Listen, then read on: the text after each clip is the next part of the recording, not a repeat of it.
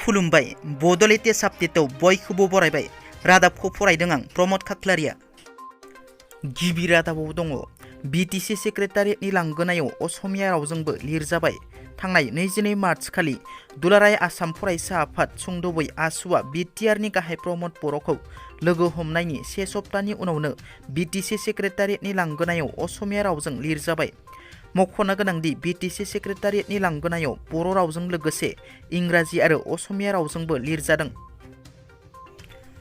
क'क्राझार जिल्लायाव गिख्रंथाव लामा जाब्रबथाय। बे गिख्रंथाव जाब्रबथायाव सासे बर' सेंग्रानि जिउ खहा जायो।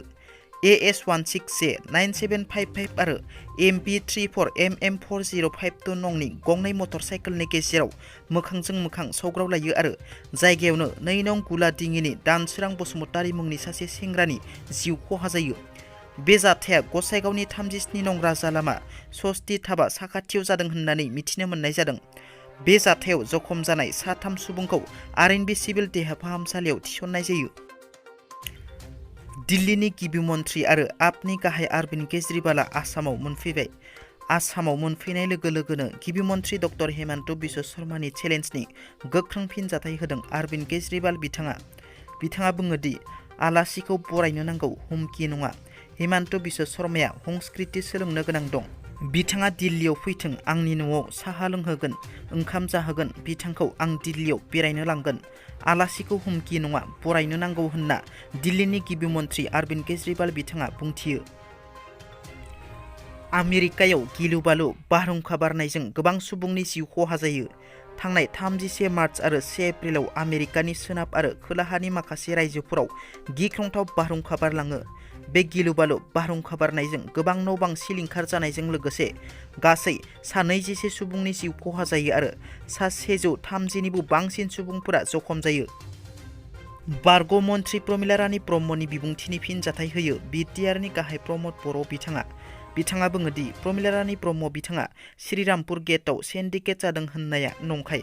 सिन्डिकेट जादोंब्ला दिनैसिम मानो रोजा रोजा गारिखौ रावबो लाखियालासै श्रीरामपुर गेटजों खारलांनायखौ नुनो मोन्दों।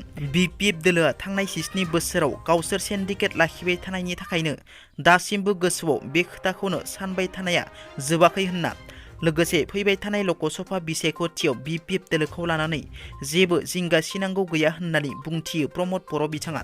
आरो 7 बोसोराव हाग्रामा महिलारिया जुदि रायजो राजाफोरनि जानानै खामानि मावोमोनब्ला दिनै फिसा फिसा रेलि खालामनांगौ गोनांथि गैयामोन होनना बुंथिबावो प्रमद बर' बिथाङा। धेमाजि जिल्लानि जनायाव गिख्रंथाव बारहुंखाजों गोबां न' बां लामा खहा जादों।